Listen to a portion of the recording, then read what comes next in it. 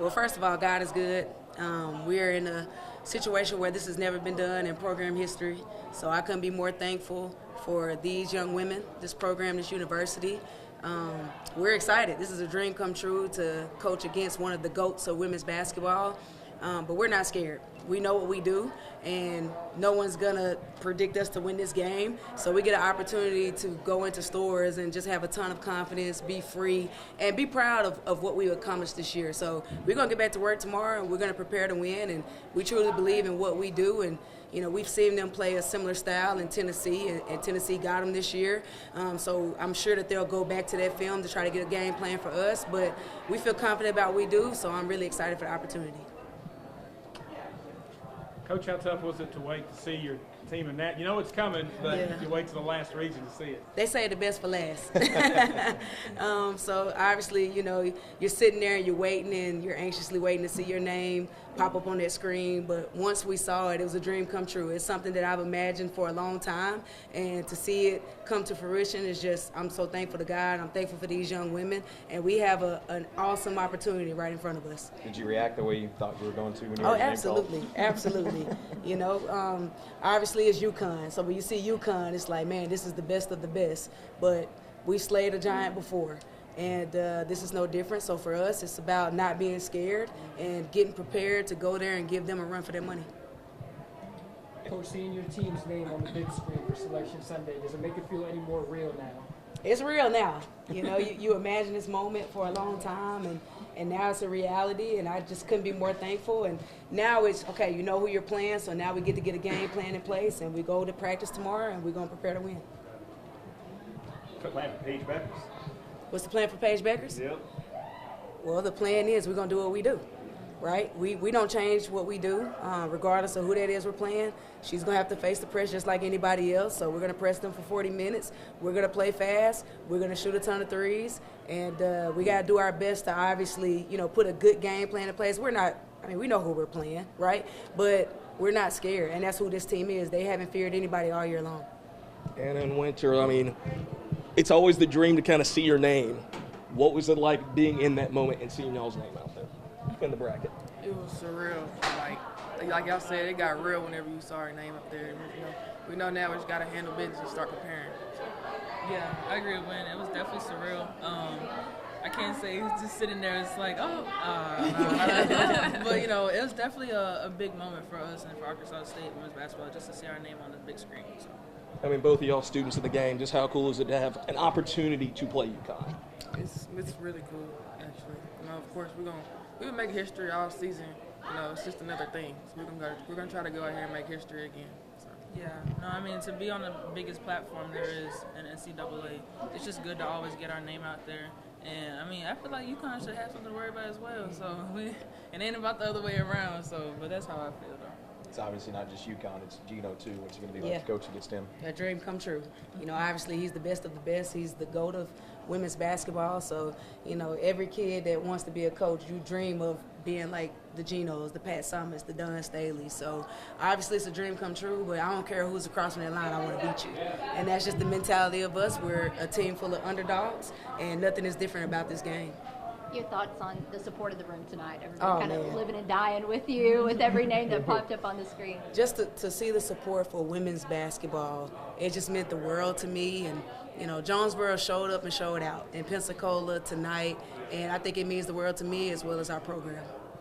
And for you, being one of the veterans, like the longest tenured player, what are these ups and downs like, and then having that chance to cut the net down in Pensacola? How much of a thrill was that? Obviously staying here for my third year was the option that I wanted to do, and I trusted Des and I trusted what she had going on. Obviously everything was up and down. Our non-conference wasn't as good as our conference, but we all trusted the system, and I'm glad I stayed. I am so glad I stayed and seen the vision and trusted in it too, and trusted Des. So. And for you, Wynter, not just sharing it with this program, sharing this with family, just how special is this? These last couple, just the tournament run and everything, be able to share it with your sister. It's so special. Like me and Des, we were sitting there, and she was like, "When?" Like we're sitting down like Selection Sunday. And I'm like, I know, right? So it's real special, already, and just to be able to experience with my family, it's just a dream come true. You have an experience. You guys are down in the conference championship I think it was 40-23, overcame that. So it's kind of overcoming that adversity against a team like that, give you confidence coming into where obviously they're going to throw a punch in this game. So you're going to have to take that. Well, basketball is a game of runs, and obviously they're a great team. I think that our runs are just as good as anybody's when we get hot. So the thing for us is no matter, if they go on a run, we're never out of it because the pace that we play and the pressure that we try to put on you defensively. I think the biggest challenge that we're going to have is we have to go into this game with a ton of confidence, and we can't be scared. And that's just not who this team is. They don't fear anybody. So just go into this game with a ton of confidence, play the way we play. Let's press them. Let's try to play fast on offense, and we'll see what happens. I was excited. Like, this is like a dream come true. Like, the other years, like, I'm watching the March Madness, and now, like, I'm in it. Like, that's crazy. That's crazy. I was excited too. First week going in as the underdog, but we're going to win, so we'll have fun. What's this journey been like for both of y'all? I mean, y'all came into the program getting to cut down a net. First year with the program, I mean, just how much of a thrill has it been for both of y'all?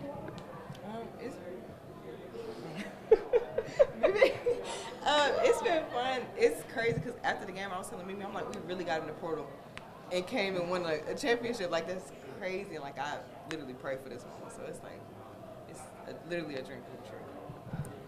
Yeah, it's a dream come true. Last year, I was watching, I was at ODU, I was watching Marshall cut the net, and it's like, I cut the net. Like, that's so, like, I don't know. Still excited. So you mentioned being in the portal. What was the biggest selling point for both of y'all to come here and play for Arkansas State? I guess just how consistent Dez and Rudy and all of them were. Like, they showed their interest every day. Like, calls, texts, checking up on you. Like, not even about basketball. Like, they were, like, very consistent. I'm like, okay, yeah, that's where I want to be. And I think they were, like, they hit me up on the first day, offered me the second day. I'm like, oh, they want me. I'm like, okay. Yeah, they were real consistent, calling me every day, and I just felt the vibes, the love, and that's something I want to be around, so that's what put me in. Maybe wanted to ask about the Sun Belt Championship game. Everybody kind of dreams of hitting the big shots in the big moments. What was it like for you, hitting those back-to-back threes in the fourth? It's so cold. In the moment, like, I was happy, but I knew I still had to lock in because it was still a tie game. So, like, afterwards, it was like, wow, like, I was proud of myself because, yeah. So following up with that experience in that championship game, kind of overcoming that deficit, what does that do for your confidence now moving into this tournament?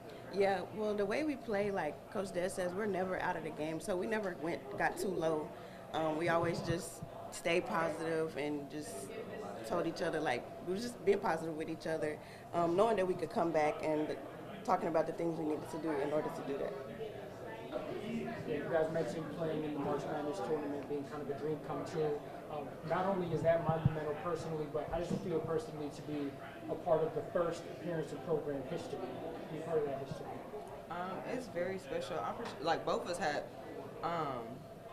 different offers coming out the portal, so it's like to be a part of this, like not going to a team that was technically like winning. It's like we got to like be the first. Yeah, like I don't know. I feel like that's like different. Like You got to build it. we got to build it. Yes, ma'am. Yeah.